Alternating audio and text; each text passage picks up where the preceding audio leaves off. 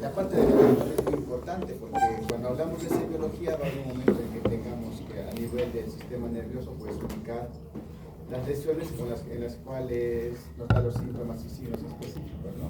Porque en la parte del sistema nervioso, pues cada zona, cada parte del cerebro, de la médula o del nervio nos va a dar unos signos y síntomas que nos pueden ayudar a poder diferenciar, ¿no?, en qué lugar puede haber un tipo de patología o de lesión. Es por eso que, por ejemplo, cuando decimos hemiparesia, ¿qué es una hemiparesia? La mitad del cuerpo. ¿Dónde hay una lesión para que produzca hemiparesia? Del lado contrario del cerebro. Del lado contrario del Contralateral cerebro. en el cerebro, ¿no es cierto? Pero el área motora específicamente, ¿no? Entonces, el área motora, por ejemplo, es un área muy compleja y también nos da mucha clínica, porque cualquier problema cerebral, un 80-70% va a dar problemas motores, ¿no? Especialmente si se afecta la vía piramidal, ¿no? Y como sabemos, la vía piramidal, pues, ¿dónde inicia la vía piramidal? La corteza. ¿Dónde?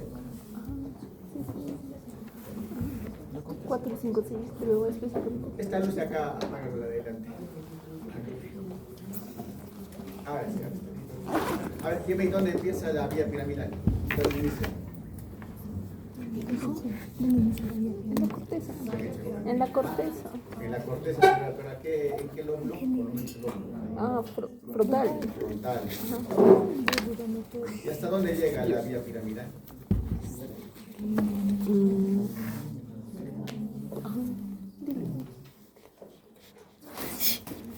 ¿Dónde? Miembros. Violencia de género. Miembros. ¿Hasta dónde? Hasta los miembros. Superiores, inferiores. ¿De cuántas neuronas está compuesta la vía piramidal? ¿Cuántas? No, son más. Casi. 4. De 2 neuronas, ¿no es cierto? La primera neurona es motoneurona, ¿no es cierto? Y la segunda motoneurona. ¿Y la primera motoneurona de dónde a dónde va?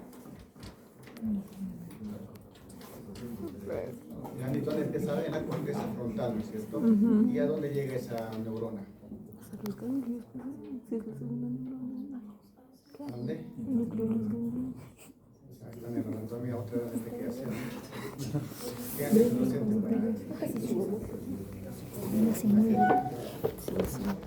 a la médula, pues, ¿no es cierto? ¿A qué parte de la médula? A la anterior. Al asta anterior. Si se dan cuenta, pues es una neurona que tiene su núcleo en la corteza, que es, ¿no?, como una especie de... Y luego tiene su prolongación que se llama axón. El axón es como una corriente eléctrica, ¿no?, que va desde la esterita, que sería el núcleo de la neurona, y va por la parte interna del cerebro, pasa acá por la interna, el tronco, se decursa, ¿no?, a nivel cervical al otro lado y se pone al otro lado de la médula. Y ahí está el asta anterior, también hay núcleos, hace sinapsis con la segunda neurona, o sea, también con el cuerpo neuronal de la segunda neurona, ¿no?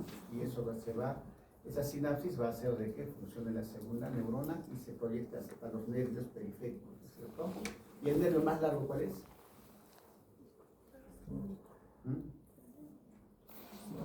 El ciático, ¿no es cierto? No puede medir un metro el ciático, ¿no? De los altos mide más incluso, ¿no es cierto? Los chiquitos, pues, un poquito.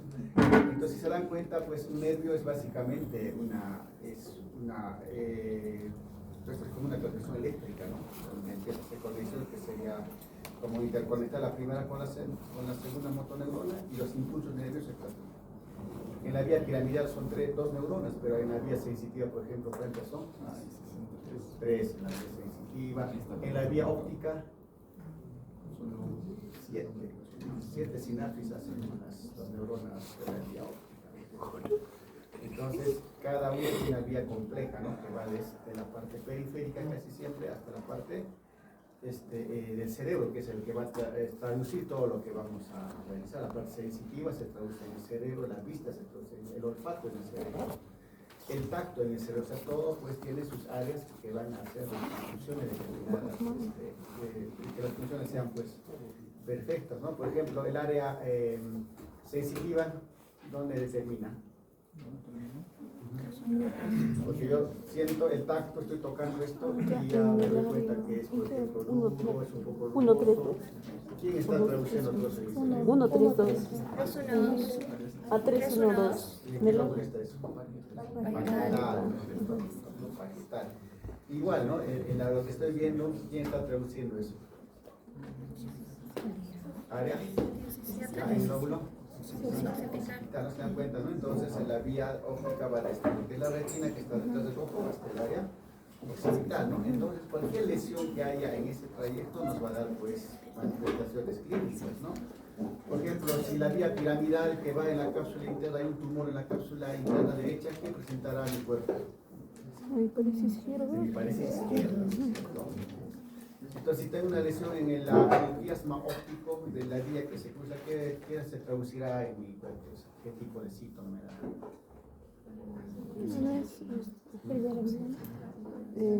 Pérdida, pero completa. Por eso tengo que saber anatomía, porque en el quiasma óptico no se cruza toda la vía óptica, ¿no? Solo apenas la mitad del 50%. Entonces, si algo me comprime ahí, entonces la mitad del ojo, pues no verá, entonces la otra mitad todavía va a ver, porque no se han cruzado. Entonces, todas las vías son, pues, conexiones interneuronales que hacen de que la función, pues, sea perfecta, pero si hay algo en esa vía que está creciendo, por ejemplo, un tumor, o una enfermedad desmielinizante, o una infección, cualquier cosa, pues va a dar síntomas y signos que son característicos, ¿no? Y muchas veces, pues también no va a afectar una sola vía, ¿no? Por ejemplo, la vía, el nervio óptico está casi junto con el tercer nervio craneal, ¿no? Entonces podría dar a ambos juntos, ¿no? O si es una lesión a nivel de lo que es el lóbulo temporal, podría afectar tanto lo que es la vía motora, que es la vía piramidal, que también pasa por aquí, también podría afectar pues la visión, ¿no? O hacer una aparición neurocraneal. O si fue una lesión en el tronco, por ejemplo, a nivel del mesencéfalo, ¿qué núcleo de qué nervio está en el mesencéfalo? Cuarto, pero más grande es el tercero, ¿no es cierto? Y pues el mesencéfalo también está pasando la vía piramidal. Entonces, si hay una lesión en ese nivel, pues el paciente tendrá. ¿Qué función tiene el tercer nervio craneal? Motor ocular externo. Pero ya el núcleo, ¿no? Entonces, una parálisis del nervio, una parálisis ocular, habrá tosis palpebral, porque también el nervio que inerva el párpado proviene de ese nervio. Y también está pasando la vía piramidal, ¿no? O sea, una tosis con midriasis y para el paciente con hemiplegia, ¿no? Entonces, ahí ya nos está indicando incluso el lugar donde está esa lesión que está produciendo todo eso, ¿no? Entonces, sí, pues, ¿no? En la parte neurológica hay muchas patologías que te dan tanto la ubicación de una lesión como también la clínica, y el conocer la enfermedad nos va a ayudar mucho a poder determinar. Conocer la enfermedad, por ejemplo, si digo, el paciente de 90 años es hipertenso, anoche se acostó y hoy día tiene hemiplegia derecha. ¿Qué será lo que le ha causado eso? ¿Qué patología? Ya, vascular, ¿no es cierto? Porque vascular puede ser hemorrágico o isquémico. Pero como es agudo, no puedo pensar que sea un tumor, no puedo pensar que es una infección, no puedo pensar que es algo degenerativo o algo genético, ¿no es cierto? Entonces, si es algo agudo, tengo que pensar siempre en algo vascular, ¿no? A excepción de los tecnos, que ustedes todo es los test para neurocirujano, ¿no? Que solo hace el ABC de la cirugía, ¿no es cierto? Abrir, vamos a decirlo. Entonces, pues justamente pues la semiología nos va a ayudar mucho para poder determinar, ¿no? Y la historia clínica. Por eso la anamnesis es pues muy importante, porque en la anamnesis vamos a preguntar al paciente cómo empezó tu enfermedad, cuándo empezó, qué características tiene, algunos síntomas, ¿no? El dolor de cabeza, por ejemplo, ¿no? Mucho dolor de cabeza ellos pueden decir la causa incluso del problema. Es diferente que me diga, me duele acá atrás, me quema todos los días, en las tardes principalmente, cuando me estreso, ¿no? Y a que te diga, pues es el dolor más fuerte que me ha dado en toda mi vida y me he desmayado, he vomitado y ahora me sigue doliendo terriblemente, ¿no? ¿Cuál sería el primer caso? Que queme acá atrás todas las tardes, que sienta contracturas y el dolor sea continuo. ¿Qué pensaría de eso? Muscular, o sea, algo por estrés. Una cefalea tensional, ¿no es cierto? Que es muy frecuente en todos, ¿no? Las malas posturas, el estrés produce, ¿no es cierto? que tenía que es un dolor intenso, que se desmayó con ese dolor que nunca había tenido y ahora ha vomitado y ahora es un dolor intenso, que está mareado y que está vomitando. ¿Qué pensaría? ¿Qué? Migraña. No, porque la migraña pues siempre tiene a veces su aura, ¿no? ¿Una hemorragia? Sí. Supraranoidea, ¿no? ¿Qué produce una hemorragia supraranoidea? No, la primera toma. Hipertensión. Los aneurismas, ¿no es cierto? Un aneurisma roto va a dar hemorragias supraranoidea, ¿no? Muchas veces el paciente hasta puede llegar en coma, ¿no? Dependiendo del tamaño del sangrado. Y en algunas ocasiones pues va a venir con su cefalea muy intensa, se hará desmayar, todo lo que sea. Hasta puede llegar caminando, pero justamente ahí hay que diferenciar, ¿no? Si es un dolor tensional, o es una migraña, o es una hemorragia supraranoidea, o por ejemplo puede ser también hasta una meningitis, ¿no? O sea, para eso nos sirve la historia clínica, ¿no? Una meningitis pues no será tan agudo, ¿no? Tendrá unos días de evolución, habrá tenido fiebre, habrá tenido olvidos, ¿no? Trastornos de memoria, o también podrá haber somnoliento, o sea, esas cosas en la anamnesis nos van a ayudar a determinar en qué patología podemos pensar y también qué vamos a hacer luego, ¿no? En la clínica.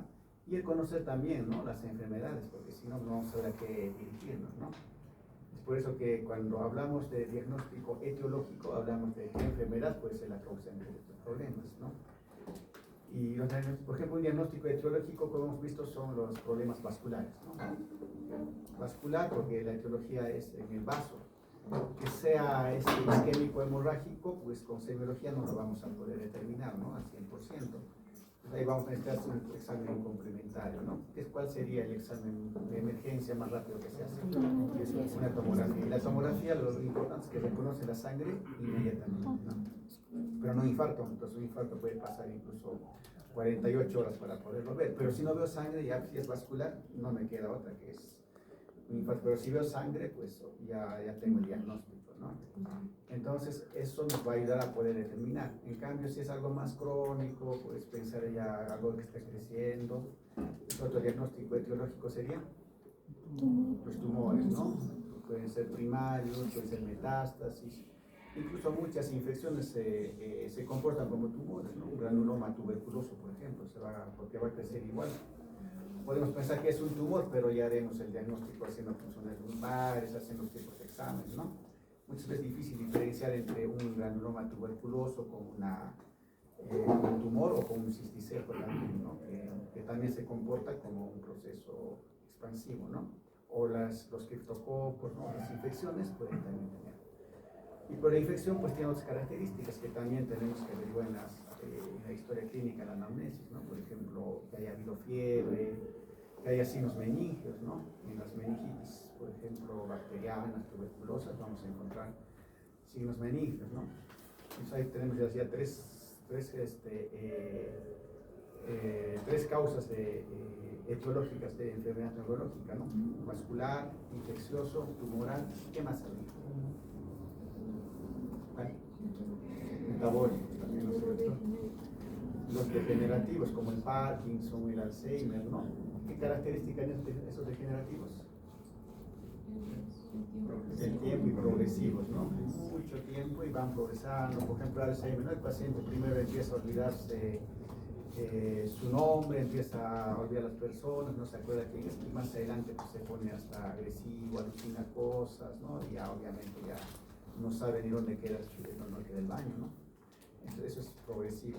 O el Parkinson, que empieza a ver solamente con temblor, luego se pone rígido, luego el paciente se pone bradicíclico, hasta que deja de caminar, ¿no? Entonces es una evolución. Y hay muchas patologías neurológicas que son degenerativas, ¿no? Hay algunas atrofias multisistémicas, ¿no? Del oligopontocerebelosas, ¿no? Que lamentablemente no tienen ningún tipo de tratamiento, ¿no? Son sintomáticos. La mayor parte de degenerativos, pues, el Alzheimer, el Parkinson, el Moela, pues no tienen ningún tipo de tratamiento, ¿no? Entonces tenemos ya, incluyendo los que hemos visto, los degenerativos, ¿y qué más faltaría? ¿Qué me dices? Los inmunológicos, inflamatorios, ¿no? ¿Cuál es la enfermedad inmunitaria más frecuente? A nivel nervioso central. esclerosis múltiple, ¿no es cierto? O esas enfermedades desmielinizantes, ¿no? Esclerosis óptica, esclerosis múltiple, otra también las encefalomielitis agudas, ¿no? Las vasculitis, que también son, pues, un paciente con lupus puede hacer inflamación en el Salud. central. Salud. Y a nivel periférico, ¿cuál es la autoinmune más frecuente? En el medio periférico. Guillain-Barré, ¿no es cierto? Que tiene una cabeza también es autoinmune. Tenemos otras, ¿no? Las inflamatorias autoinmunes, las genéticas, especialmente en niños, también en adultos aparecen, ¿no? La mayor parte de las genéticas pues tienen un compromiso neurológico, ¿no? Hasta el niño que tiene síndrome de Down pues va a tener retraso mental, ¿no es cierto? O también puede tener convulsiones, ¿no? Hasta los niños con autismo, o sea, y otras enfermedades genéticas, las epilepsias, ¿no? Que también en niños la mayor parte son de origen genético. Y en mayores son ya secundarias, un tumor, un cisticerco, una secuela de un TEG, ¿no? O sea, mucho va a depender también de la causa, ¿no? Y finalmente lo que les gusta, ¿no? Los traumatismos, ¿cierto? Los traumatismos que más que el diagnóstico en sí, pues pueden ser secuelas.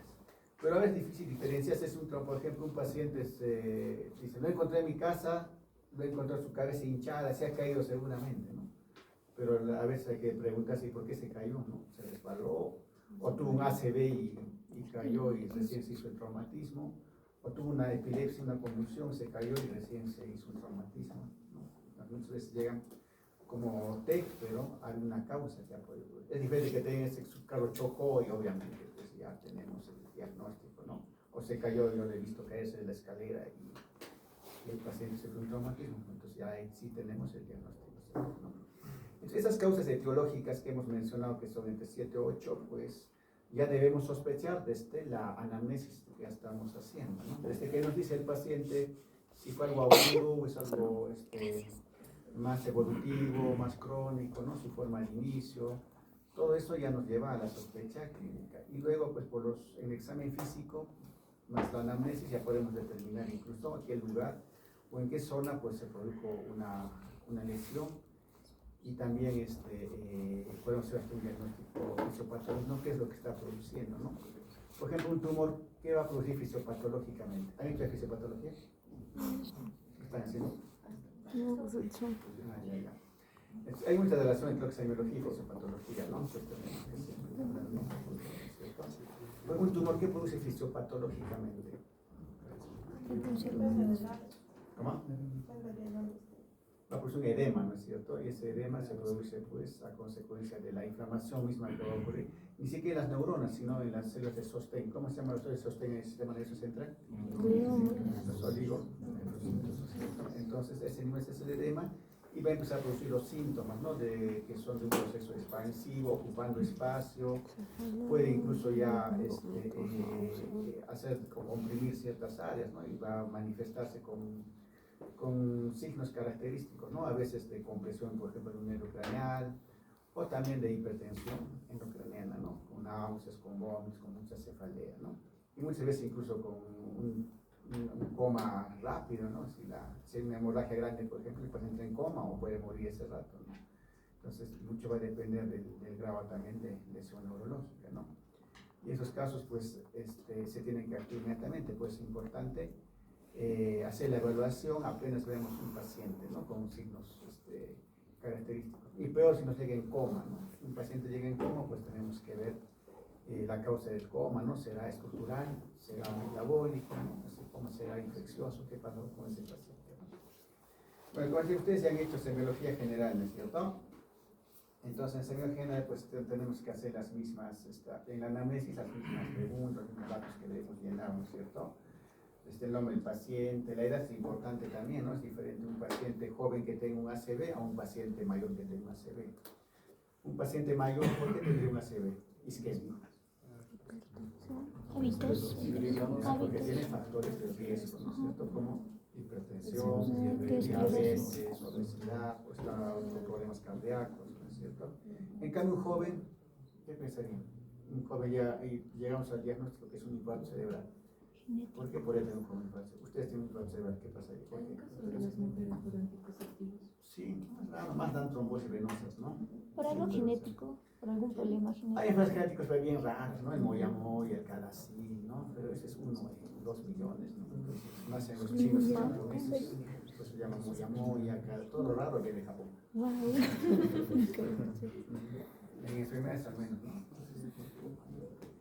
Joven más frecuentemente, porque haría una mujer joven de 20 años, infarto cerebral, ¿qué pensaría?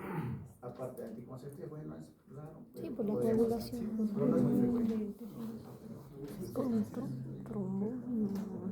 ¿Qué enfermedades tienen más frecuentemente las mujeres?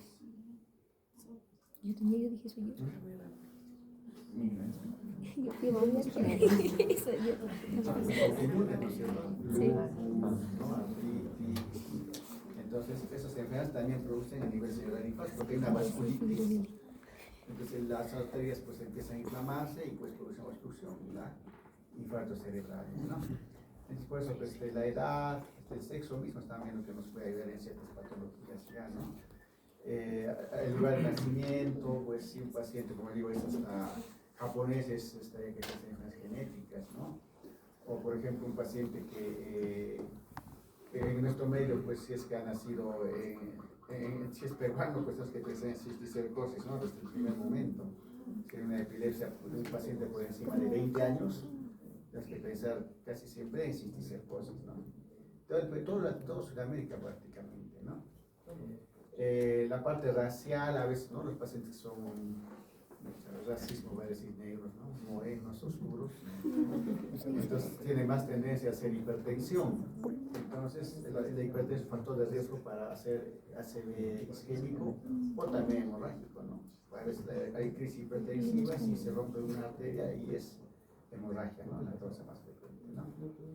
El estado civil también, los casos tienen más riesgo de todo, ¿no? Bueno, la grado de instrucción, pero todos los datos se tienen que anotar siempre, ¿no? Y luego pasamos a lo que es la enfermedad actual, pues, ¿no? Y el tiempo de enfermedad, como decía, es muy importante, ¿no? Por eso que a veces en la historia clínica aparece en este momento que ingresó al hospital nada más. Paciente ingresa por cefalea, o paciente ingresa por convulsión, pero muchas veces la enfermedad viene hasta años antes o meses antes, ¿no? El paciente ingresa por pérdida de fuerza, pero ¿desde cuándo es esa pérdida de fuerza? Por ejemplo, si es agudo, pues pensar en algo vascular, y si es una evolución más lenta, pues será algo mucho más crónico o que está creciendo, expansivo, o el degenerativo, pero es más simétrico, ¿no? Casi siempre no focaliza un solo lado, sino puede ser ambos lados, ¿no? En el curso de la enfermedad también hay, la mayor parte de enfermedades, por ejemplo, degenerativas tiene un curso lento, ¿no? Que va avanzando y presentando uno y otro síntoma, con el tiempo va a progresar siempre, ¿no? Y anotar siempre los signos y síntomas principales, ¿no? ¿Cuál cree que ese es el síntoma más frecuente en la parte neurológica? Cefalea. La cefalea, ¿no? Luego, Náuseas, vómitos. en frecuencia. Náuseas.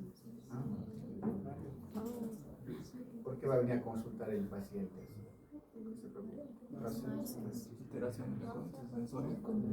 Sí, las convulsiones, ¿no? Son también frecuentes, ¿no? Es que a veces también hay que diferenciar los tipos de convulsiones, y eso vamos a ver aparte también cuando veamos la clínica que da cada tipo de crisis convulsivas. A veces uno piensa que crisis convulsivas solamente son las tónico-clónicas, que el paciente se mueve, se desmaya, se muerde la lengua, se orina, etc., ¿no? Por ejemplo, una convulsión del lóbulo occipital, ¿cómo sería?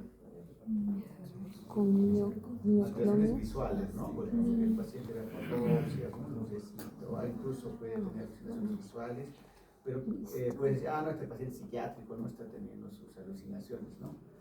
Pero una característica que dura poco tiempo, ¿no? Como cualquier crisis, ¿no? Será crisis visuales de 1 minuto, de 30 segundos, entonces allá nos dice que no es un problema de esquizofrenia o algo psiquiátrico, ¿no? Sino que está teniendo crisis. Porque hasta pueden ver caras, visiones, ¿no? Se confunde, ¿no? Una crisis del lóbulo temporal, por ejemplo, ¿cómo sería? ¿Temporal? ¿Lenguaje? No, no será de lenguaje. Auditivas, ¿verdad? pueden haber crisis auditivas, ¿no? ¿De acuerdo? Pero también hay las crisis parciales complejas, ¿no? En el cual, como es de las áreas más profundas temporales, pues el paciente parciales complejas lo puedes ver caminando como un robot, ¿no? Dando vueltas, ¿no? Y es como perdido, y luego en un momento se despierta y es una crisis convulsiva, ¿no? O también crisis, por ejemplo, del área motora solamente que esté en el mismo lóbulo frontal, en el área 4 o 3, pues solamente puede tener una convulsión crónica de la mano, digamos, ¿no? O del pie, dependiendo si es interna o externa, ¿no? Porque se acuerdan del homúnculo de Petri, eso se han hecho, ¿no? ¿Dónde se proyecta la mano? Así la parte lateral. ¿Es la parte? Lateral. ¿Ah? La mano hacia dónde se proyecta. Así la parte lateral. Mediana de la cabeza. No, externa. Este es el cerebro, ¿no? Ahí está en conexión. Hacia el otro lóbulo o está hacia la mano. Hacia afuera, ¿no es cierto? Sí, hacia la parte externa. Porque externa. cuando hay un infarto cerebral de la arteria cerebral media, pues se va a afectar más al centro superior, porque la cerebral media inerva la parte externa del cerebro, ¿no? En cambio, la parte que está en contacto con el otro hemisferio está inervada por la cerebral Posterior. anterior. Anterior. Anatomía, creo que empezamos con anatomía. Y ya, incluso ahí nos puede dar, ya, por ejemplo, un paciente que tiene una hemiparesia a predominio de miembro superior, nos dice que es cerebral media, ¿no? Pero siguiendo con lo otro que son las convulsiones, pues entonces va a depender del área. En convulsiones focales, el paciente puede tener esos síntomas, característicos, por ejemplo, visuales, motores, olfatorias, crisis olfatorias también, ¿no? En un momento estoy oliendo, pues, horrible, ¿no? A Coyana.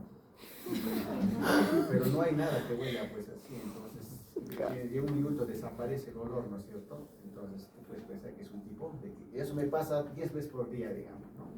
Entonces, sospecho que son crisis convulsivas, ¿no? Entonces, convulsión no siempre significa movimiento, ¿no? Entonces, pues ahí la definición de lo que es una crisis convulsiva, que es una epilepsia, ¿no? Por ejemplo, un paciente puede tener una crisis tónico-clónica, ¿no? Ahorita uno de ustedes convulsiona acá, entonces es su primera vez que convulsiona, ¿ya sería epiléptico? No, porque una crisis por ahí está hipoglucémico, ha fumado algo, ¿no? No ha comido, ¿no? Entonces una sola crisis no se cataloga como epilepsia, ¿no? Pero si ese paciente todos los días, 10 veces huelo todo el día ese olor extraño, pues es un epiléptico, es una convulsión focal, ¿no? O parcial, se puede decir, y no pierde la conciencia. En cambio ya la tónico-clónica, pues obviamente que ha descargado toda la parte cortical del cerebro y ha producido esa crisis, ¿no? Ya más frecuentemente son en convulsiones genéticas, ¿no? Porque todo el cerebro empieza a... Lo que pasa es que a veces esa crisis olfatoria puede llegar a ser una generalizada también, porque descarga una subida del lóbulo temporal, pero como el cerebro es conexiones eléctricas, entonces todo el cerebro descarga y empieza con dolor, pero luego se desmaya y empieza a tener tónico clónico, ¿no? Entonces esas son las crisis focales secundariamente generalizadas, ¿no? Que son las más frecuentes, porque todo el mundo ve uno convulsionando en la calle, ¿no? Pero tiene un inicio focal, por ejemplo, los cercos que son muy frecuentes tienen siempre un inicio focal, pero que luego pues el cerebro al no poder controlar ese área que está descargando, se generaliza y pierde la conciencia y empieza a tener pues ese tipo de movimientos, ¿no? Entonces, cuando hablamos de epilepsia, pues tenemos que siempre pensar en todos los tipos de crisis que podemos encontrar, ¿no? Y justamente en los síntomas principales, si tenemos convulsión, tenemos que tratar de poder encontrar o decir al paciente, si, a ver, antes de que te desmayes, sientes algo, ¿no? Por ahí me dice, sí, siento que empiezo a ver chispitas, colorcitos y luego me desmayo, ¿no? Nos dice que el inicio puede haber sido en el óvulo occipital, ¿no? O te dice, no, sí, primero se me mueve siempre el brazo derecho y luego me desmayo, ya no me acuerdo, ¿no? Pero lo que me está diciendo es que está teniendo un inicio focal, o sea, un inicio en algún área, a diferencia de una epilepsia generalizada que el paciente ni cuenta, ya no se da, ¿no? Se cae de frente y empieza a tener las crisis, ¿no? Y esas son más que todo en niños, ¿no? Las crisis genéticas básicamente, ¿no? Las que son por problemas a nivel de lo que son las membranas, ¿no? Corticales, el transporte de sodio, de potasio, ¿no? Que, bueno, algunos genes que hacen que no funcione adecuadamente. Otro signo, aparte de cefalea, convulsiones que sea frecuente.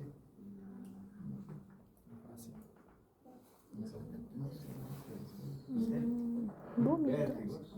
Vértigo puede ser sí de origen central o periférico, ¿no es cierto? El central, pues lesiones cerebelosas dan, ¿no es cierto? Vértigo. Y los periféricos, pues son básicamente fallos de oído, ¿no? El oído, pues los efectos posturales, etc., ¿no? Una ataxia, ¿cómo es una ataxia? Marcha borracho. Marcha como de borracho, ¿no? Así que sus compañeros agarran la pared incluso, ¿no? Es una marcha atáxica. Y la lesión con una marcha atáxica, ¿dónde estaría? Cerebelo.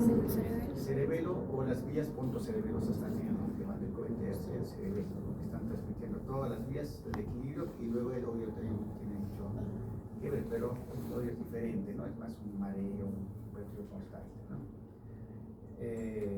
Las ataxias. Las apraxias, ¿qué son?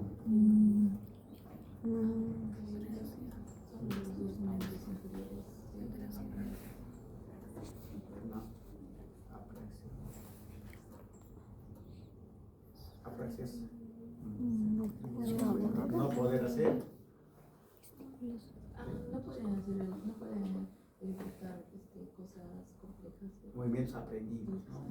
Por ejemplo, no sé escribir, ¿no? Pero de un momento a otro, pues tengo el lapicero y no sé qué hacer con el lapicero, ¿no? O sabía montar bicicleta, pero agarro mi bicicleta y después no sé qué hacer con la bicicleta. ¿Y dónde está la lesión para que tenga apraxias? Corteza, pero en qué parte? Lóbulo. Frontal. Parietal, ¿no? Parietal, parieto occipital, ¿no? Y también, pues, otros trastornos, ¿no? Tipo psicóticos que a veces se confunden con problemas como ya psiquiátricos, ¿no? Puede haber también otros problemas frecuentes, ¿no? Las pérdidas de fuerza, ¿no? Las hemiplegias, las paraplegias, las monoplegias, que pueden ser, por ejemplo, el Guillain-Barré periférico, las infartos producen cuadros de hemiplegia, las lesiones medulares también, ¿no? Aparte de presentar cuadros motores, también nos va a dar cuadros sensitivos, ¿no? Por ejemplo, que no se sienta de la zona de la lesión hacia abajo, por ejemplo, una lesión a nivel del ombligo, ¿en qué vértebras, a nivel de qué vértebra estará? De 10, ¿no es cierto? De la médula, pues nivel de 10. La lesión medular a ese nivel le hará una pérdida de fuerza en miembros inferiores, pérdidas sensibles en miembros inferiores, disfunciones vegetativas, ¿no? Por falta de control de esfínteres, por ejemplo, ¿no? Y también disautonomías, ¿no? Que por ejemplo, se caigan los vellos de las piernas, etcétera, ¿no? Entonces, pues aparecen también los síndromes, ¿no? Un síndrome medular, pues no solo va a afectar la parte motora, sino también sensitiva y la parte autonómica, ¿no?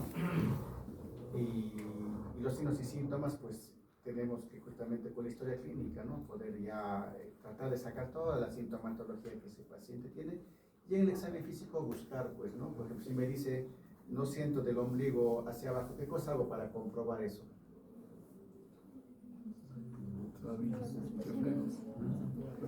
No, para ver qué siente, ¿qué hago?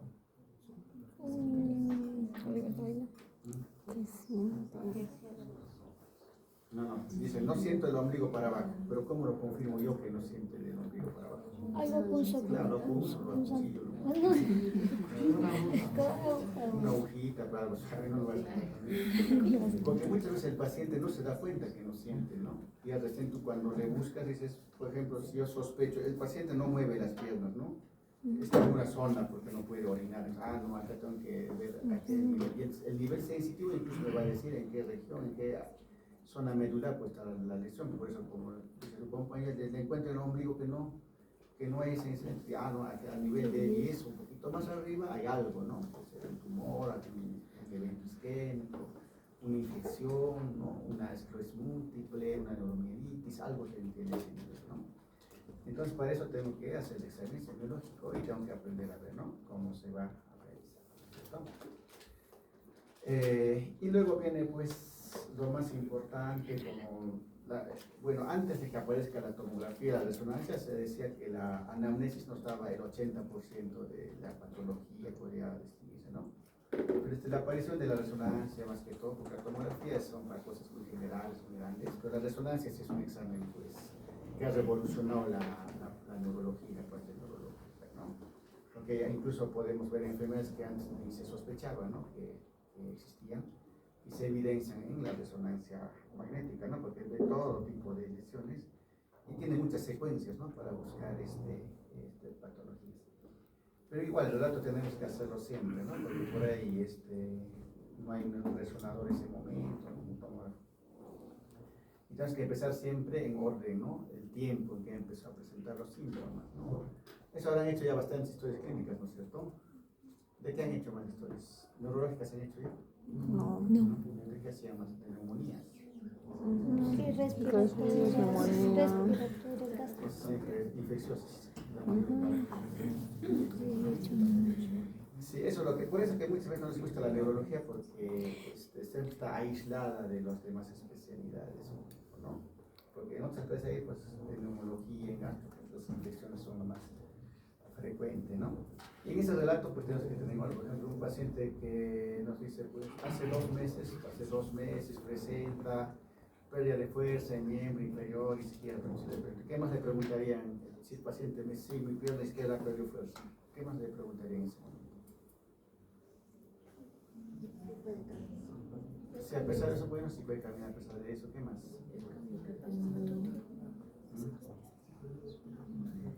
Le preguntaría si le duele, por ejemplo, ¿no? ¿Hay dolor? Hay sensaciones diferentes, ¿no? Puede tener parestesias, puede tener algún otro síntoma. También le preguntaría, pues, ¿no? Si, si tiene alguna molestia en las noches, si se vuelve duro su pierna, ¿no? Para poder... eso en caso de movimiento. En caso de cefalea también, ¿no? Nosotros me duele la cabeza, ¿no? Te duele, pero ¿Cómo le duele? ¿Cómo le duele? ¿Cómo le duele, no? La intensidad, ¿no? De 1 a 10, ¿cuál es esa intensidad que te duele, ¿no? Por lo menos por catalogar, ¿no es cierto? Y luego, pues, te duele más en las mañanas, más en las noches, se acompaña de náuseas, se acompaña de vómitos, ¿no? Y nosotros hay una diferencia si es una migraña, si es una cefalea tensional, si es algo más crónico, si en la mañana lo despierta y no le deja dormir, ¿qué pensaría más? Una cefalea que sea más frecuente en las madrugadas, se haga más intenso, el paciente no duerme con la cefalea. Una hipertensión intracraniana, por ejemplo. Y las causas de hipertensión son múltiples, ¿no? Desde tumores, hidrocefalias, trombosis venosas, ¿no? Hemorragias intraparenquimales. Ese relato pues tiene que ser bien detallado, lo máximo que se pueda detallar, aunque sea una simple migraña, ¿no? Por ahí no es una simple migraña, ¿no? Muchas veces puede acompañarse de otras cosas. En las migrañas siempre decimos que el paciente tiene un aura, ¿no? ¿Qué porcentaje de migrañas tiene aura? ¿Todas? No. Solo entre el 40 y 50%, ¿no? Es bajo. ¿Quién tiene migraña acá? ¿Nadie? No, pues. Sí debe haber. Chicas. ¿No? Porque eso, pues son cefaleas muy intensas, ¿no? Con náuseas, tienen un carácter hereditario también, ¿no? El 80%. Si la mamá es migrañosa, el riesgo de tener migraña es bastante alto, ¿no?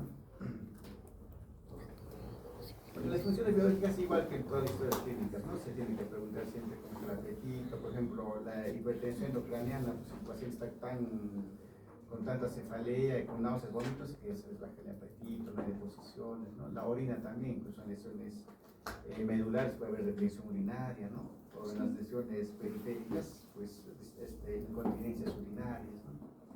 La sed, el sueño, ¿no? Es importante porque cualquier patología neurológica siempre se va acompañado de trastornos en el sueño, ¿no? Especialmente si hay algún daño expansivo, inflamatorio.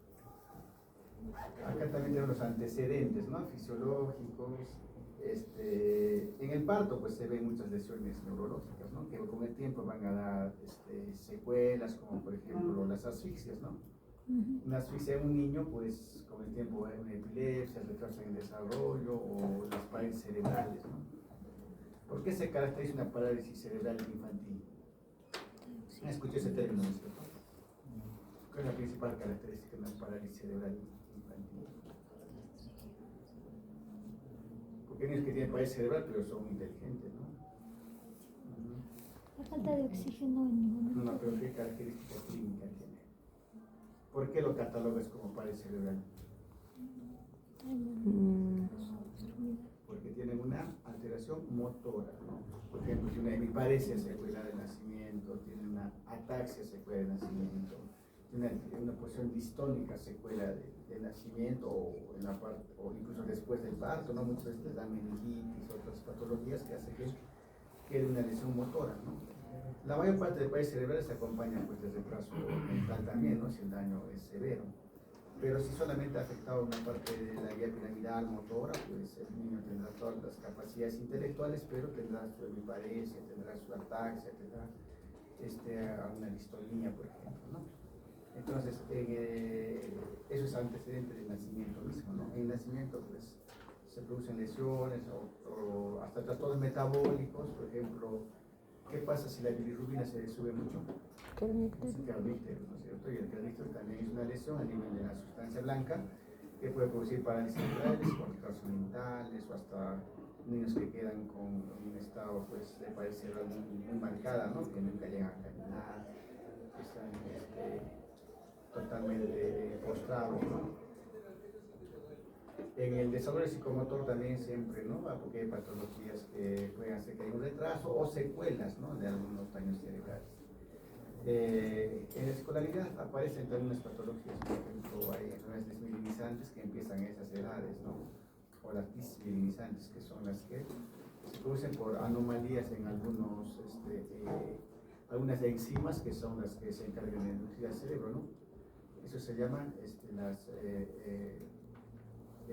los errores innatos del metabolismo. Hay muchos errores innatos, como su nombre dice, ¿no? Error innato del metabolismo, que es una enzima que los niños no tienen y eso va a ocasionar que haya daño en todo el cuerpo, ¿no? Al final, corazón. Pero el primero que va a sentir los primeros daños siempre va a ser la parte neurológica, porque sabemos que la neurona es muy sensible a todo cambio metabólico. Después de que es la única neurona que 5 minutos sin oxígeno, ¿qué pasa? Muere. Muerto, ¿no es cierto? Entonces, ¿por qué se hace la eliminación cardiopulmonar? Es para mantener el cerebro pues, con oxigenación, ¿no? Porque sabemos que si pasa ese tiempo y el paciente no recibe oxígeno al cerebro, pues va a quedar con muchas secuelas, ¿no? Si es que sobrevive. Por eso la neurona pues, tiene mucha tendencia a lesionarse. Y también con los trastornos de tipo metabólico, ¿no? También un trastorno hepático crónico, el paciente que tiene un paciente cirrótico, por ejemplo, también va a haber daños a nivel cerebral, un paciente renal, ¿no? El sistema nervioso, al menos a nivel cerebral, pues es muy sensible a todos esos cambios y puede ocasionar sintomatología, pues es importante siempre preguntar eso, ¿no? Bueno, como si los datos ginecológicos siempre hay que preguntar, en algunas ocasiones, por ejemplo, las convulsiones en unas personas empeoran en los ciclos menstruales, ¿no? En las mujeres por los cambios hormonales también, eso va a ocasionar. Ahora siempre preguntar, ¿no? Por las pacientes que tienen, no sé cómo le decimos, otras opciones sexuales, así. Ahora hablamos de términos no denunciados. También, ¿no? Porque tiene más posibilidades de hacer, por ejemplo, infecciones como VIH, ¿no? Y el VIH predispone a muchas infecciones cerebrales, como por ejemplo tuberculosis, criptococosis, ¿no? Se llama toxoplasmosis también, ¿no? Se encontró un paciente con criptococo a nivel cerebral, pues casi el 90% pues está inmunosuprimido, ¿no? Solo hay un 10% que puede ser en pacientes inmunocompetentes, ¿no es cierto? O el toxoplasma, ¿no? Que puede ser, como dije, ¿no? Como tumoraciones que pueden confundirse. Y a veces es difícil el diagnóstico de un proceso expansivo, por ejemplo, a nivel subcortical, ¿no? Porque tampoco es fácil hacer una biopsia de los niveles, ¿no? el neurocirujano va, le hace una biopsia con estereotáxica, ¿no? Una aguja guiado en la computadora para no hacer mucho daño, y a veces no sale nada, ¿no? Entonces, en ciertas ocasiones se tiene que dar tratamiento para todo, a ver a cuál responde, ¿no? Entonces, porque también tocar a nivel cerebral en una lesión y el paciente no tiene mucha sintomatología, el riesgo que quede con secuelas, ¿no? Por eso es importante también encontrar a tiempo apenas haya una sintomatología, ¿no? Otros antecedentes, por ejemplo, la vivienda. Antes te decía, ¿no? Crianza de animales, crianza de chanchos, más riesgo de neurocisticercosis. ¿Será cierto eso? ¿Por qué se produce más la neurocisticercosis? De la carne es mal cocida. No, la carne de pobre cerdo. ¿No? Alimentos contaminados con heces. Entonces está. Heces prácticamente. Entonces, que te comas las heces de alguien que tiene una tenia. Es la verdadera, la cruda realidad, ¿no? Y en un caso que, bueno, en Lima me pasó, que fue el que siempre grabado, fue dos hermanitos que vivían en las casuarinas, hijos de los dueños del banco Interbanco, vienen convulsionando y pues, le sacan una tomografía y esto es un tumor. Y dice, el radiólogo, ¿no? Es un tumor, parece, no, ya ni siquiera se acercaron a Lima, se lo llevaron a Estados Unidos directamente. En Estados Unidos, ¿qué hicieron? Pues en un hospital de Miami les hace una biopsia y dice, bueno, ¿qué es esto? Esto no es un tumor, es un gusano. No sabemos tratar esto, vuelvan a su país, ¿no? Entonces mandaron nuevamente para que se trate su neurocisticercosis. Y luego, pues preocupados como esas familias, pues dicen, que seguro las empleadas que traemos le han contagiado, que esto. Y al final hasta hicieron unos análisis concretos y el problema estaba en las fresas, ¿no? Las fresas, como tienen sus pepitas, ¿no es cierto? Debajo de eso encontraron bastantes huevos de cisticerco, ¿no? Entonces es una fruta rica, pero peligrosa, ¿no? Bueno, al menos acá no sé, pero si crecen en No, se corrían con agua, pelo.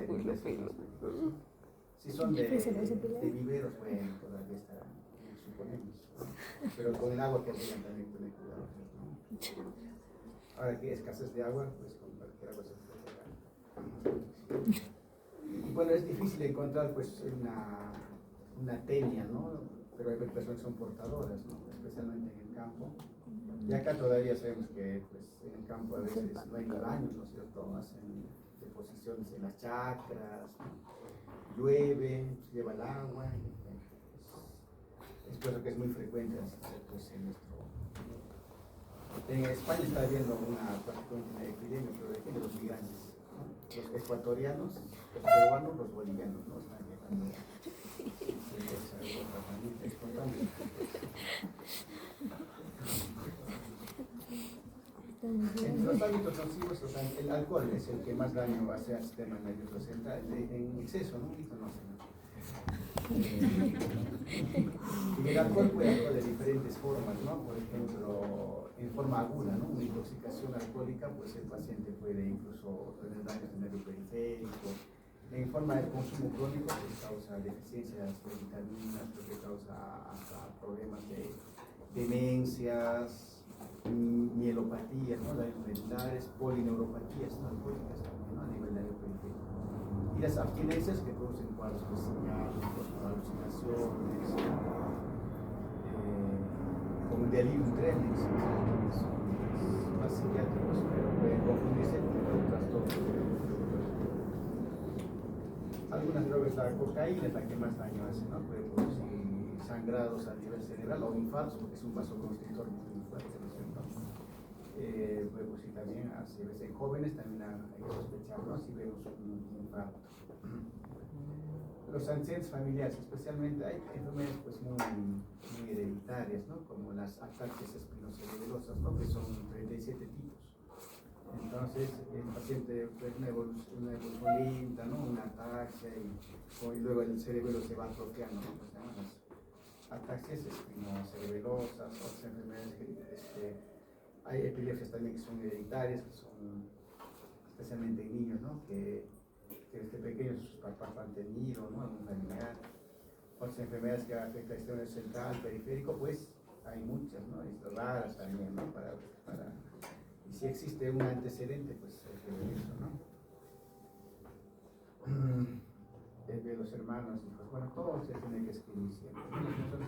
Bueno, la hipertensión también es una causa pues, de muchas enfermedades neurológicas, ¿no? Como infartos o también hemorragias. Más directamente relaciona con infarto o con hemorragia de hipertensión. Más directamente de causa. Con la hemorragia, pues, ¿no? Que va a romper su momento con la hipertensión. En cambio, el infarto es un factor de riesgo, ¿no? Porque ¿qué hace la hipertensión en la parte interna del vaso del endotelio?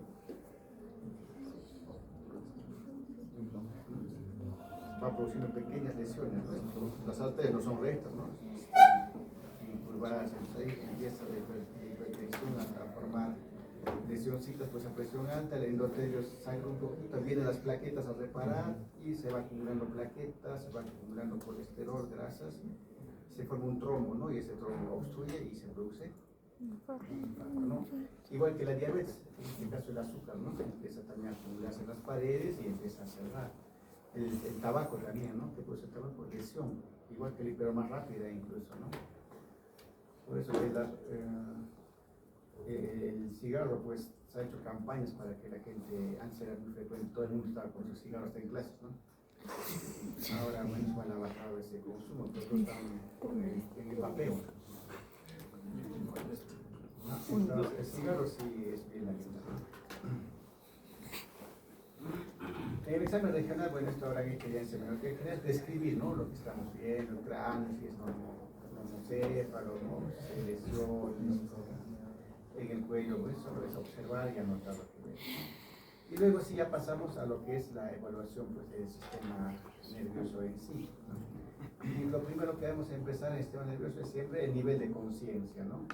Si el paciente se encuentra orientado, si se encuentra atento, si se encuentra concentrado, ¿no? Ahorita ustedes, ¿con qué nivel de conciencia se encuentran? 10. ¿Cómo lo califican? Son soporos.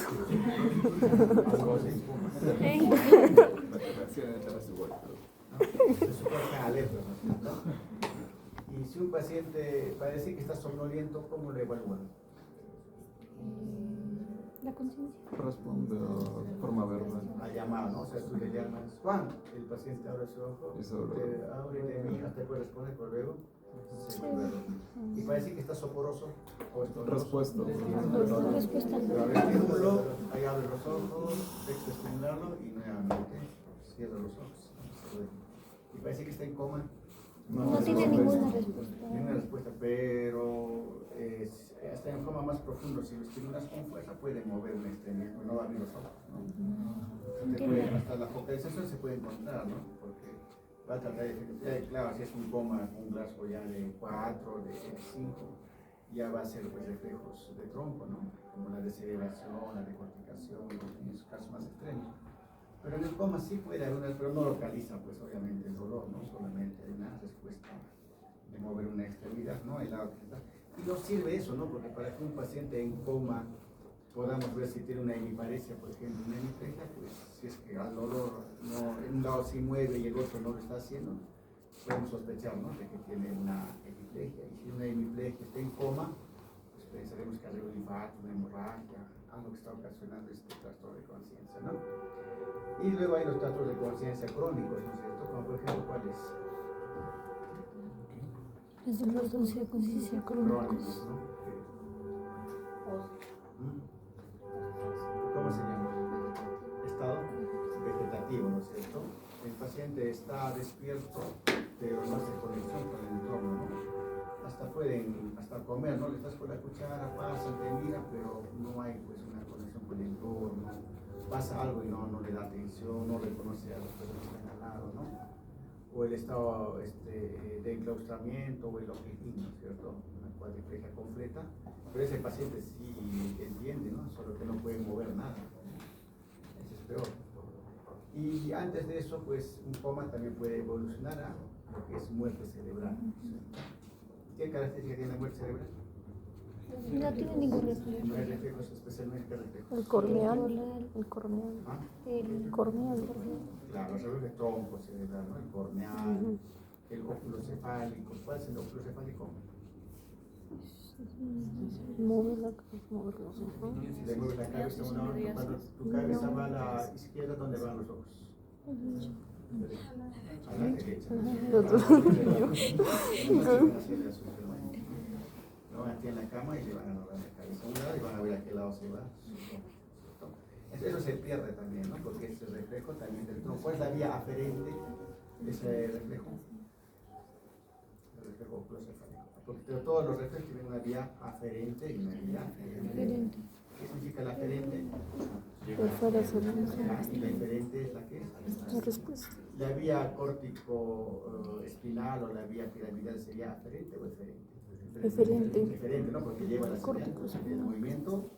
Porque el movimiento lo hacemos también por un trastorno sensitivo, ¿no? Por ejemplo, estoy acá, toco, levanto, ¿no? Entonces, es una vía eferente. Y pues todas las vías tienen una parte aferente y otra eferente. Del reflejo oculocefálico, ¿cuál sería la vía aferente? ¿Quién lleva? La vía eferente siempre sensitiva, ¿no es cierto? Y hay una facilidad de reflejo corneal. ¿Es aferente o eferente? El trigémino. Claro, porque es sensitivo, ¿no es cierto? ¿Y quién realiza, y cuál es la respuesta cuando tú tocas la córnea con un algodoncito? ¿Cuál sería la vía eferente? ¿Eh? Facial. Entonces, igual, ¿no? Y en la vía, en el óculo cefálico, entonces cuando lo muevo al paciente, ¿quién es el que la vía aferente? Sería el octavo, ¿no es cierto? ¿De qué parte del octavo? El vestibular, ¿no? ¿Y quién hace la respuesta del movimiento ocular? Aquí serían los oculomotores, ¿no es cierto? Sexto, cuarto, principalmente, ¿no? Y ¿qué otra para estado de muerte cerebral? Pues también tenemos que ver el otro reflejo faríngeo, ¿no? 9, 10, el reflejo y las pupilas, ¿no?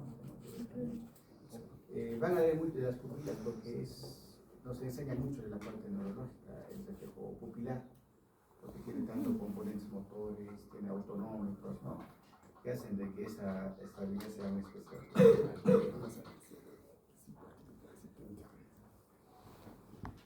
Entonces, en conciencia, bueno, probablemente vamos a ver cómo vamos a evaluar, pero ya tienen una idea de que el paciente, lo primero que debemos ver, ¿no? Si el paciente llega a consultorio y está pues caminando, todo, obviamente estará alerta, ¿no? Aparte de la conciencia, pues es la parte del contenido de la conciencia y el nivel de conciencia, ¿no? Si hablamos de somnolencia, de cómo hablamos del nivel de conciencia, pero no estamos, el contenido es el pensamiento mismo, ¿no? Que los trastornos psiquiátricos pues son evidentes, ¿no? Por ejemplo, un paciente esquizofrénico, a diferencia de un problema neurológico, es que el esquizofrénico te va a contar una historia bien detallada de lo que está alucinando, ¿no? Que me persiguieron 3 hombres, me han querido matar, me han disparado, me esconden en un edificio y ahora estoy acá, ¿no? Ese dice, uy, ¿qué tal historia? Y para él es verdadero, ¿no? Es cierto, no lo puedes decir, es mentira, porque para el paciente esquizofrénico es cierto. En cambio, el neurológico también puede tener alteraciones, pero será pues que la puedes ver una araña, o que en el piso vea gusanos, o que tenga una alucinación que alguien se para al frente, pero es algo rápido, no tiene esa ideación de lo que es un paciente, ¿no?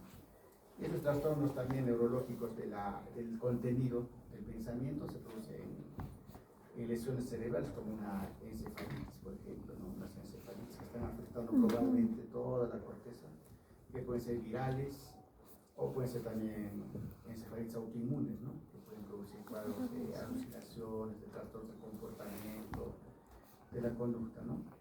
Y también sabes que la conducta está relacionada con el lóbulo frontal también, ¿no es cierto? Las lesiones frontales también, pacientes que tienen desinhibiciones incluso, ¿no? Bueno, luego también nos va a ayudar a ver la actitud del paciente, ¿no? Por ejemplo, si vemos un paciente que está en su cama tirado y hay que observarlo ya, ¿no? Entonces, el que tiene hemiplegia, pues está moviendo un lado, a ver si el otro lado no se ve el movimiento, ¿no? O también en actitudes más graves, ¿no? El paciente puede estar con apistótomos, ¿no? En reflejos como el de cuando se les ve también ya se encuentran en reflejo de sedación, ¿no? Que no nos ayuda a pensar ya que son patologías o que en coma, por ejemplo, ¿no? En las fases hay unas fases características como en el Parkinson, ¿no? Las parálisis faciales, por ejemplo, que son los neurales, las fases de las miopatías, ¿no? Todas las palavéricos, ¿no? Porque se han atrofiado los músculos de la cara, ¿no es cierto?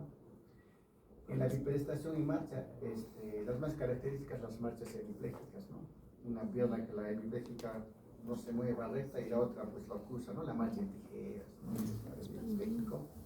O la marcha parkinsoniana, ¿no? Pasitos cortitos, ¿no? Y también el paciente todo rígido como un robotcito, ¿no? Puede haber marcha también en trastornos de las polineuropatías, ¿no? Que van funcionando.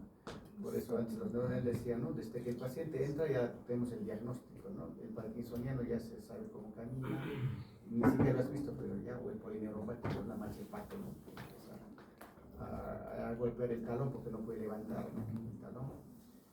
Entonces, si se puede decir, obviamente que un paciente que está postrado no le vamos a poner, solo se pone, pues cuando hagamos la historia, diferido, ¿no? Lo que no se puede hacer, se pone diferido. Pero una actitud de una fase no puede ser diferido, ¿no es cierto? Lo que estamos evidenciando.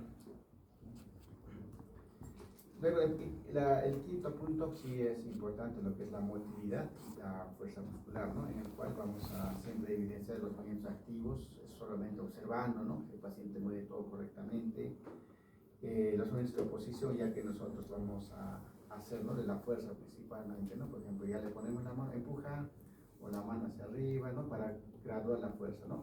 Y por eso está este gráfico, ¿no? Para poner la fuerza muscular.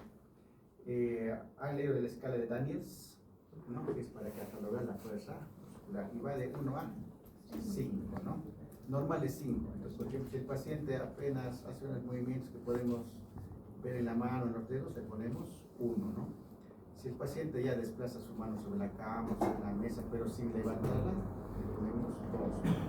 Y si el paciente ya vence la gravedad, no llega a levantar su extremidad, le ponemos 3. Si le ponemos una resistencia, digamos, mi mano, el paciente la levanta, sería 4. Y si me gana ya a la fuerza que yo mismo lo pongo, yo le hago fuerza y me gana, eso sería lo normal, que es lo 5, ¿no?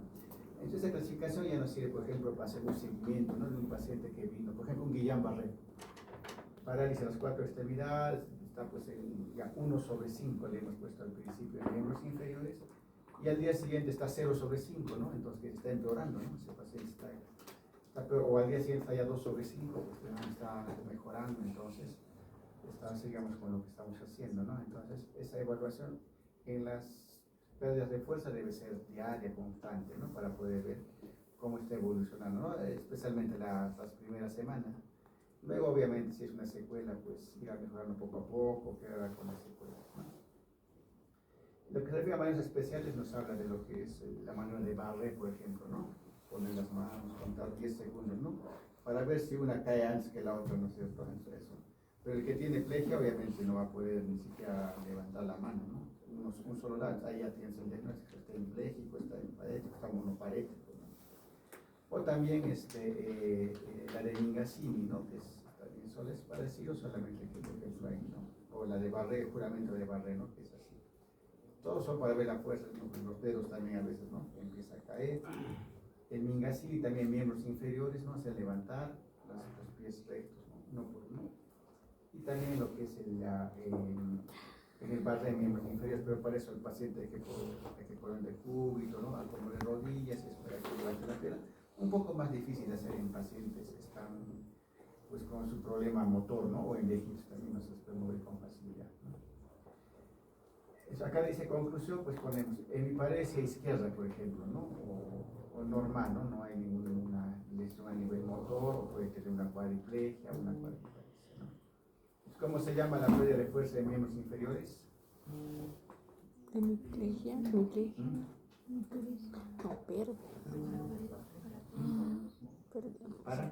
paraplegia. ¿Qué diferencia entre paraparesia y paraplegia? Disminución y no es total. Ya, 0, ¿no es cierto? Entonces, el pléjico no mueve absolutamente nada. En cambio, el parético puede estar de 1 hasta 4, ¿no? Para decir que tiene paraplegia. ¿Y cómo se llama la pérdida de fuerza de la mitad del cuerpo? Hemiplegia. Hemiplegia, ¿no es cierto? La prueba de fuerza de miembros superiores.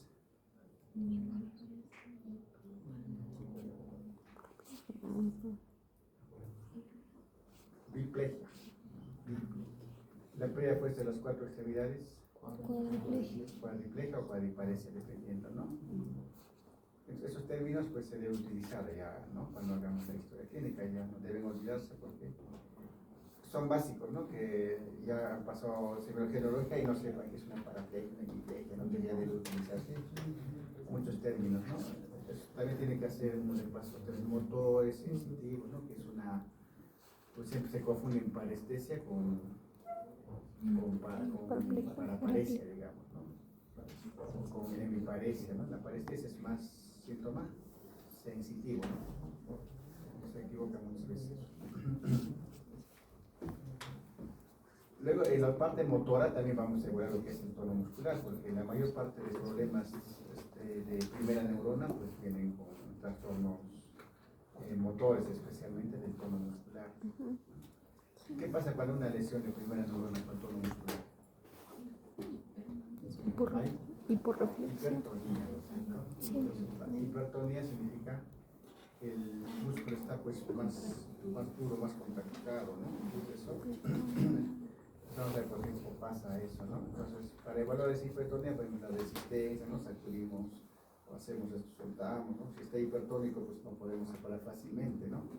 Si está hipotónico, pues será flácido el paciente, ¿no? Elástico. La pasividad también, ¿no? Pues moviendo las articulaciones, ¿no? Se nota, ¿no? Si está hipertónico, como la hipertonía no solo se produce en problemas de la vía piramidal, sino también de ¿qué? De la vía extrapiramidal, ¿no? Porque el parkinsoniano, ¿no? Que es el típico paciente con un problema en la vía extrapiramidal, es también hipertónico, ¿no? No puedes ni moverle por las articulaciones porque están duras, ¿no?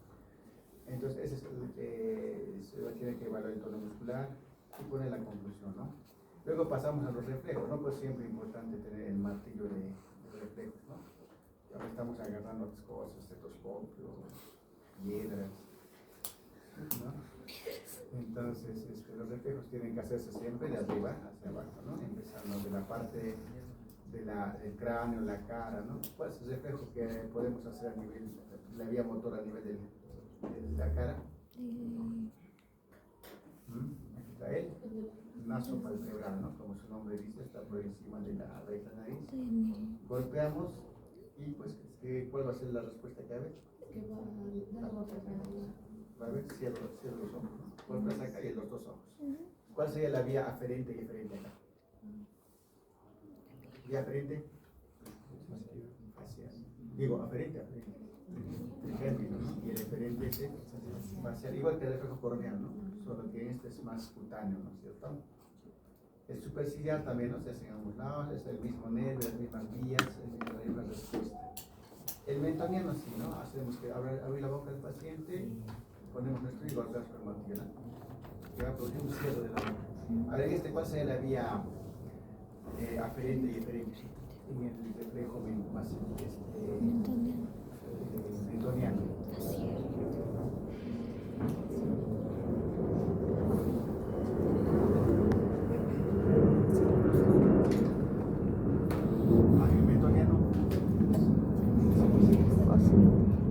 Trigémino, aferente y eferente por la masticación. Trigémino trigeminal, ¿no? Porque los músculos que están de la masticación los inerva es la parte motora del trigémino. Eso se han hecho en la anatomía, no es cierto. O deben todavía. Y luego vamos a pasar a los miembros superiores, ¿no? Que son el occipital, el alma, y eso vamos a ampliar justamente en la evaluación, ¿no? Miembros inferiores, pues que se hace pues, más fácil y ese también nos da más datos, es el rotuliano, ¿no? O el patelar también se llama, el aquiliano, etc., ¿no? También se puede hacer reflexo a nivel de la piel, ¿no? Los cutáneos, los abdominales, ¿no? Abdominal superior, medio, inferior. Y los mucosos que son pues en la conjuntiva, la córnea, el faríngeo, ¿no? Que hemos dicho que también se hace para evaluar lo que es la muerte cerebral, ¿no? Porque todos estos núcleos se encuentran a nivel del tronco cerebral. En cambio, los reflejos periféricos a nivel de miembros superiores, miembros inferiores, ¿dónde están los núcleos? La respuesta de la médula. En la médula, ¿no? Claro, Arco en la médula. reflejo. Que hay una conexión en la parte sensitiva, la interneurona, y responde pues hasta anterior, ¿no? Los núcleos motores que están en la organización. Los reflejos simples. Hasta un paciente que está muerto puede haber reflejos todavía, porque todavía hay función. En cambio, la parte de la parte medular, en cambio la parte cerebral sí no va a haber diálogo. Los errores primitivos, más que todo en neonatos, ¿no? Niños pequeños, pues, que son la prevención, la succión, se preocupa al momento. Incluso pues, el reflejo de Babinski todavía existe hasta el año de edad, que es normal, ¿no? Y también ahí podemos evaluar lo que son los reflejos patológicos, ¿no? Como es el signo de Babinski, ¿no? Que se evalúa con con el reflejo cutáneo plantar, ¿no es cierto? Es el que en pie hacemos una respuesta, ¿no? Que es la presencia del signo de Babinski, por eso no hay Babinski negativo, ¿no? Ponga Babinski negativo. No existe Babinski negativo, Babinski negativo, ¿no? El Babinski es más bien cuando aparece, ¿no? En la extensión del dedo gordo y en el abanico los demás dedos, ¿no? Que nos dice que es una lesión de la vía piramidal. Luego pasamos a la evaluación sensitiva, ¿no? Como les decía, pues hay que ver también lo que es la sensibilidad superficial y la profunda principalmente. ¿Por qué área medular se transmite la sensibilidad superficial? ¿Por qué cordón? ¿Los cordones? Anteriores motor. Posterior. Neuroanatomía otra vez. Posterior. Sí, es sensitivo. Laterales, los cordones laterales son sensitivos, los profundos, los cordones posteriores, ¿no? En los laterales, obviamente que toda sensibilidad siempre tiene receptores a nivel periférico, ¿no? Y el nervio sensitivo, como les decía, ¿cuántas neuronas son? Tres, ¿no es cierto? La primera que va a la periferia, a la médula, y si es posterior, pues llega hasta incluso la segunda motoneurona hasta la parte del tronco, ¿no? En cambio de la vía periférica solamente ahí se cruza al otro lado, pues 2 niveles más arriba, ¿no? Y tiene también eso unas características clínicas también sensitivas. Pero en sí, y la posterior, pues vamos a ver que está relacionado con lo que es el equilibrio, lo que es la presión, la vibración básicamente, y también la presión, ¿no? En cambio, la periférica o el cordón lateral está relacionado con el dolor, la temperatura del tacto, ¿no? Son vías lentas, por ejemplo, el dolor no es pues hasta cuando te pinchas, ¿no? Con algo, muy recién, ¿no? Reaccionas, ¿no? Entonces son vías un poco más lentas, son neuronas con poca mielina, la mielina aumenta la velocidad, ¿no? En cambio, la vía motora son nervios gruesos con mucha mielina, y pues el impulso o motor llega rapidísimo, ¿no? Lo que has pensado ya lo estás haciendo inmediatamente, ¿no es cierto?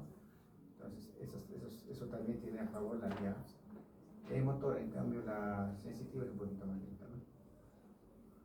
Y como les decía, también la evaluación en la sensibilidad es el nivel sensitivo, ¿no? Encontrarse una alteración sensitiva, especialmente en lo que es el tronco, el nivel tórax abdomen, ¿no? Para ver si hay un dermatoma en el cual vamos a encontrar los niveles.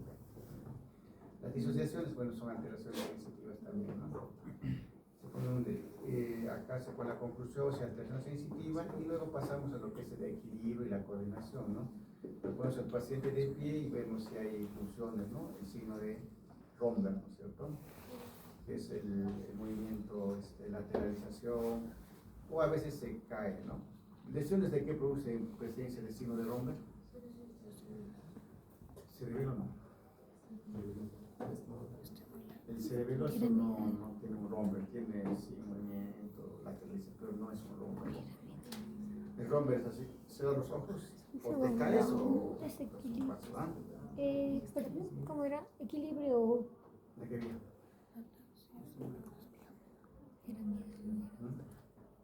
Lesiones donde las Romberg. ¿Ya?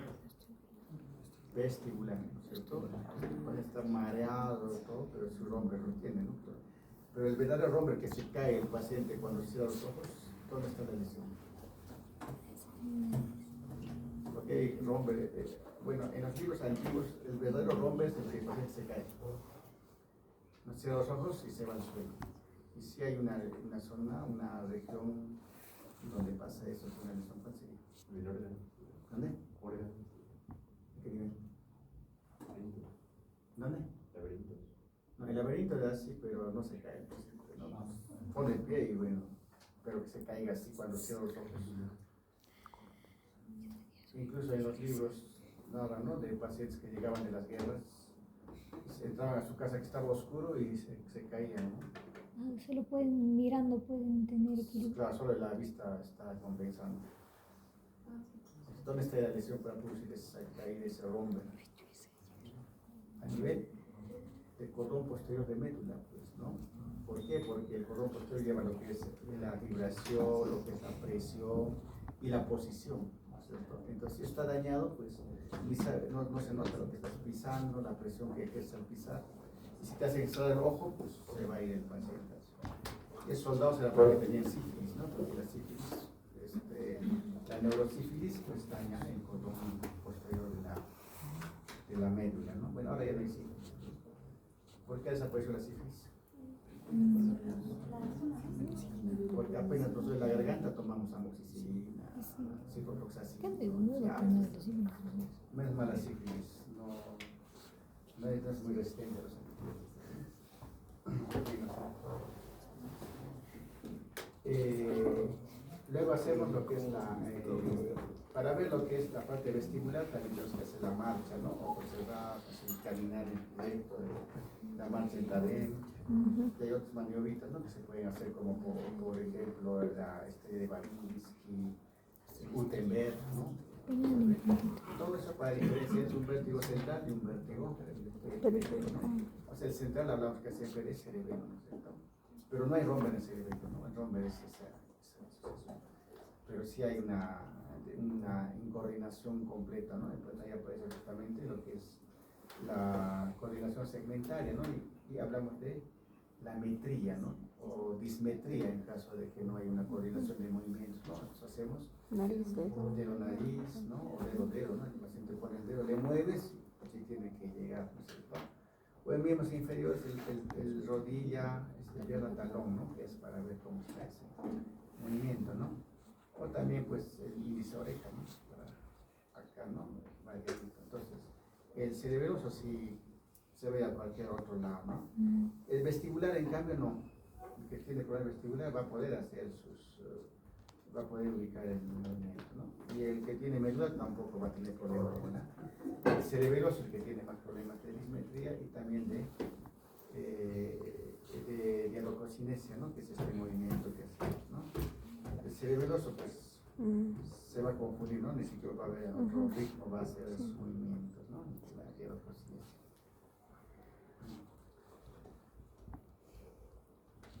Bueno, este trofismo era en la parte motora, ¿no? Para ver cómo está la masa muscular a nivel de la mano, principalmente, ¿no? Otros movimientos, tenemos que ver si también hay la evaluación de los signos meningios, ¿no? Y también radiculares, porque es importante, especialmente en un paciente que llega al contacto de desconocido. ¿Y qué signos meningios podemos evaluar? ¿Cómo se evalúa? Brudzinski. La rigidez de nuca, ¿no? Brudzinski. Brudzinski, ¿no? Que levanta. Y el otro. Y otro, el Kern, ¿cierto? ¿Y qué patologías nos dan signos meningios?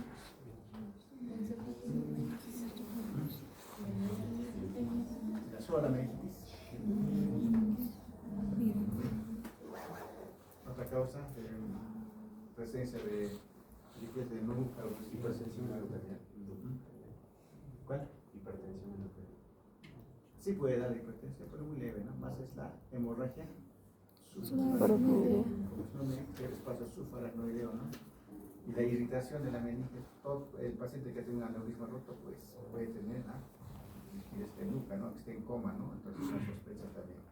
Cefalea como rigidez de nuca de inicio agudo, pues pensar siempre en hemorragia sufragnosia, porque las hemorragias sufragnarias tienen alta tasa de mortalidad, ¿no? De 100 hemorragias sufragnarias mueren casi 60, ¿no?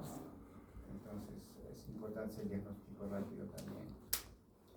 Y algunos signos radiculares, el ACE, por ejemplo, ¿no es cierto? Levantan la pierna cuando hay una hernia en ese nivel, pues va a comprimir el nervio y el dolor va a aparecer en los tiempos, ¿no?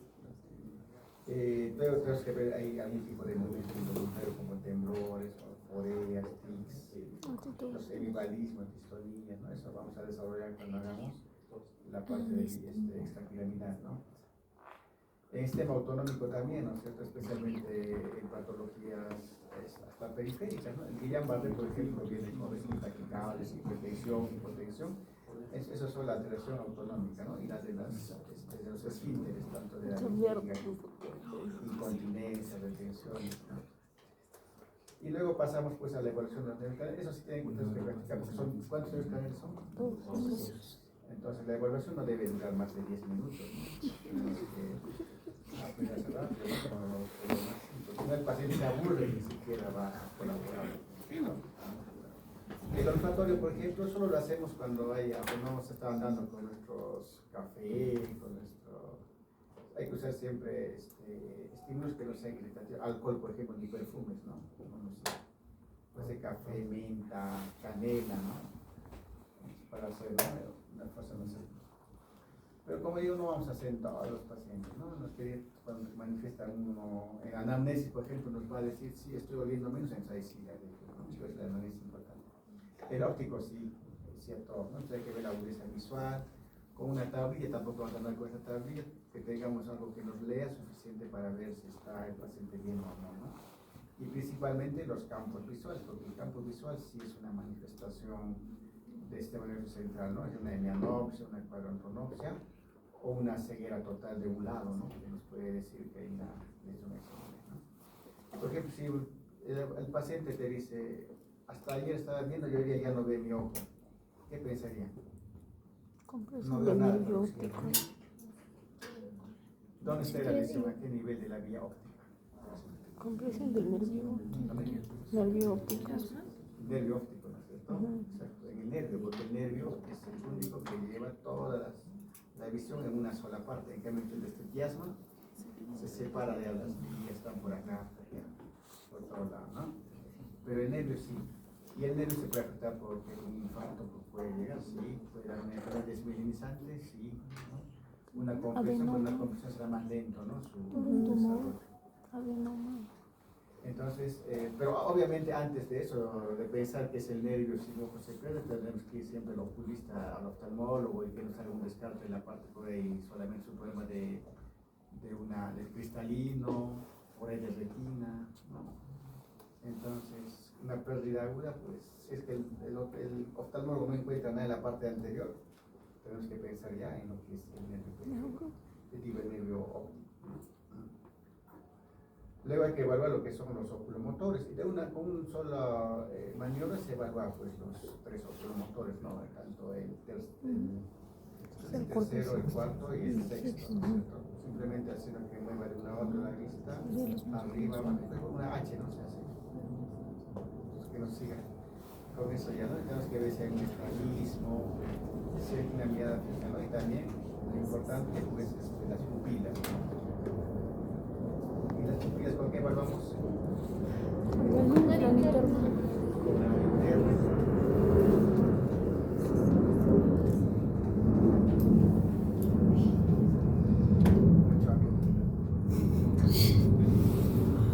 ¿Cómo describimos las pupilas, su tamaño, si está igual, ¿cómo se llama? Cuando está igual, ¿cómo describimos? Isocóricas. Y cuando están diferentes, Anisocóricas. anisocóricas, fotorreactivas, ¿no? Si están reaccionando bien a la luz o no. ¿Cuál es la vía aferente del reflejo pupilar? Uno, el primero. ¿Qué? El primero. Segundo. Sí, sí, el segundo. ¿Cuál? El tercero y el simpático. Tercero y simpático. La porción parasimpática, el tercero y el... Pero para producir la miosis, que es lo que producimos con la luz. ¿Sí? El parasimpático. Está bien. Parasimpático, el tercero. ¿Sí? Porque el simpático sí viene por otro lado, pero si no viene por el ucraniano. ¿Por dónde viene la vía simpática que inerva al rupina? El recorrido de la carótida interna. Ya. La arteria oftalmical. ¿Hasta dónde viene? ¿Cuál es el origen? A nivel medular es el centro cilioespinal de Puig-Webb.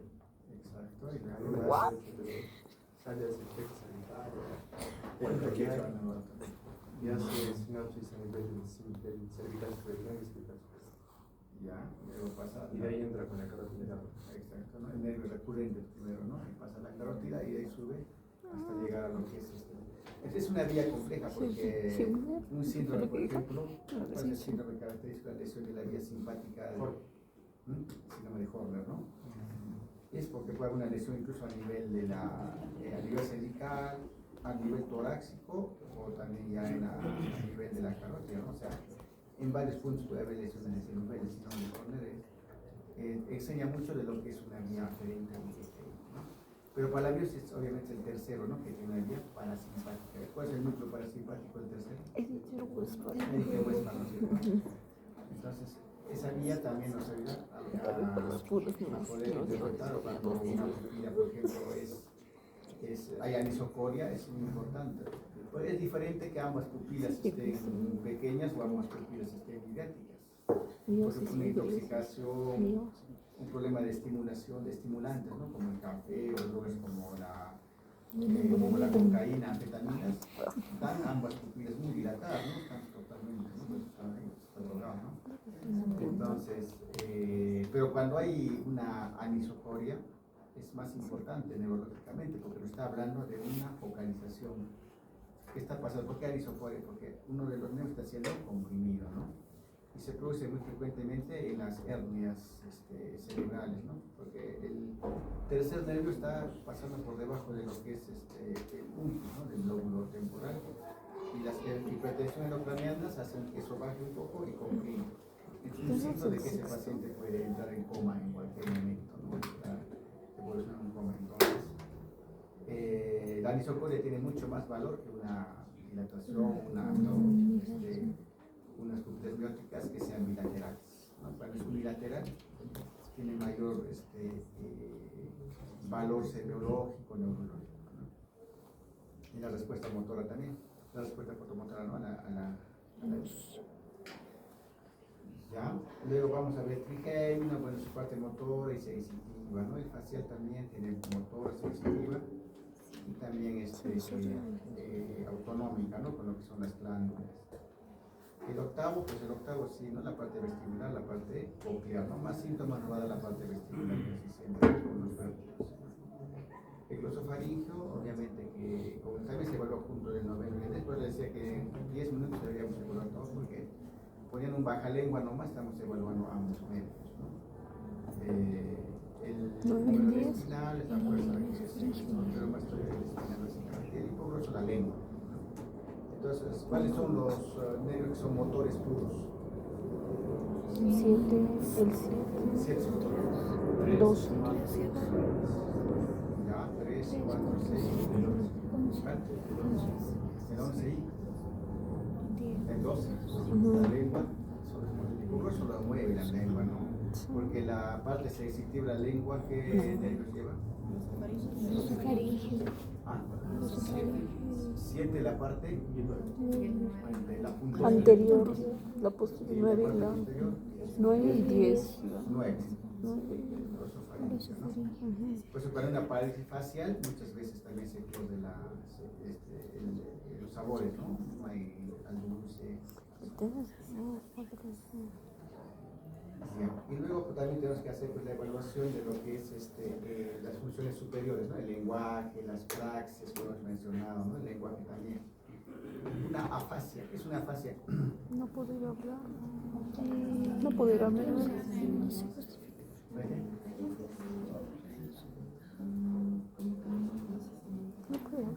¿Qué tipo de afasia? De Broca y la Wartburg. Que es sensitiva y la de Broca que es Motora. motora, ¿no? Y a mixta también, ¿no? Otras afasias transcorticales que también no hay una pérdida completa, pero hay cambio de palabras que se quiere usar, ¿no? Pero claro, más frecuente va a ser la de Broca y la de Vuela. ¿Dónde está la de Broca? ¿En qué lóbulo? frontal y el de Wernicke. Temporal, ¿no es cierto? La mayor parte de las fases son mixtas, ¿no? Porque están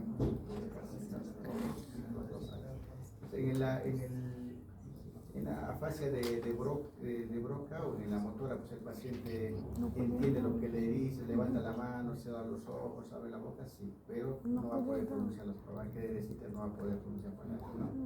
En cambio, de Wernicke sí puede estar hablando, pero no entiende lo que le dices, ¿no? Le puedes decir, levanta las manos, cierra los ojos, no entiende. Y el mixto, obviamente, ambas cosas, ¿no? Luego también tenemos que ver la parte de la esterognosia, la grafestesia, que son evaluaciones de sensibilidad también ya cortical, ¿no? Del lóbulo temporal, básicamente, ¿no? La discriminación de los puntos, todo eso. La memoria también, ¿no? Hay que ver cómo se encuentra, ¿no? Principalmente memoria a corto plazo, a mediano plazo, a largo plazo, ¿no? Las negligencias, ¿no? Que son parte de las esterognosia, puede ser motoras, visuales. ¿Qué significa una negligencia? Que a pesar de que toda la vía esté bien, no puedo traducir lo que estoy, por ejemplo, una negligencia visual, ¿no? La córnea está bien, el nervio óptico está bien, toda la vía está perfecta, pero el paciente no reconoce lo que está bien. Entonces, ¿a dónde estaría esa lesión? ¿Sí? Central, ¿no es cierto? Central estaría, porque no está reconociendo lo que está viendo.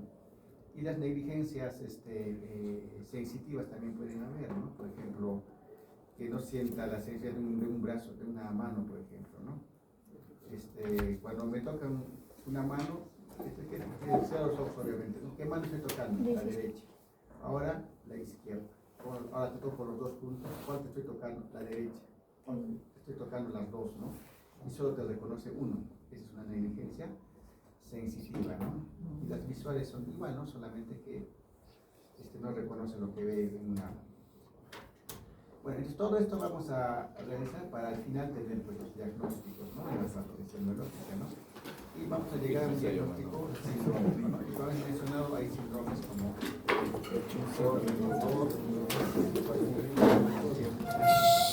el síndrome motor piramidal, puede haber un síndrome de hipertensión craneana, puede haber síndromes sensitivos, síndromes de síndrome craneal, ¿no? El diagnóstico topográfico es la ubicación de la lesión, porque decía, por ejemplo, si hay una hemiparesia con alteración del tercero, influencia del izquierdo A, mesencéfalo, ¿no es cierto? Si hay un problema solamente de pérdida de la agudeza visual de un ojo y que el oftalmólogo dice que no hay nada en el ojo, pues será nervio óptico. Si hay una alteración de negligencia sensitiva, será lóbulo parietal, ¿no? Entonces, ese es el diagnóstico topográfico. Y el etiológico son las 7 causas que hemos mencionado, ¿no? O sea, no es necesario que todavía digamos esclerosis múltiple, o es ACV isquémico, o es ACV hemorrágico, ¿no? Será como una causa vascular que queda, ¿no es cierto? Por si es degenerativo, no estoy diciendo que me digan que es Parkinson, que es Alzheimer, que es ELA, ¿no? Simplemente que es una enfermedad degenerativa. Esa es la parte que debemos hacer, el diagnóstico. Y el drug, se han compartido ya el SUROS, ¿no? Sí.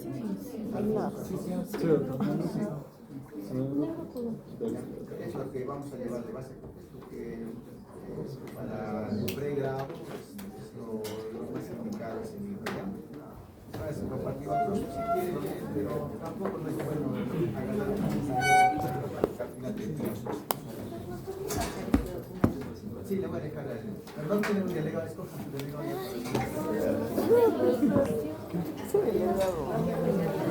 Hagan una votación.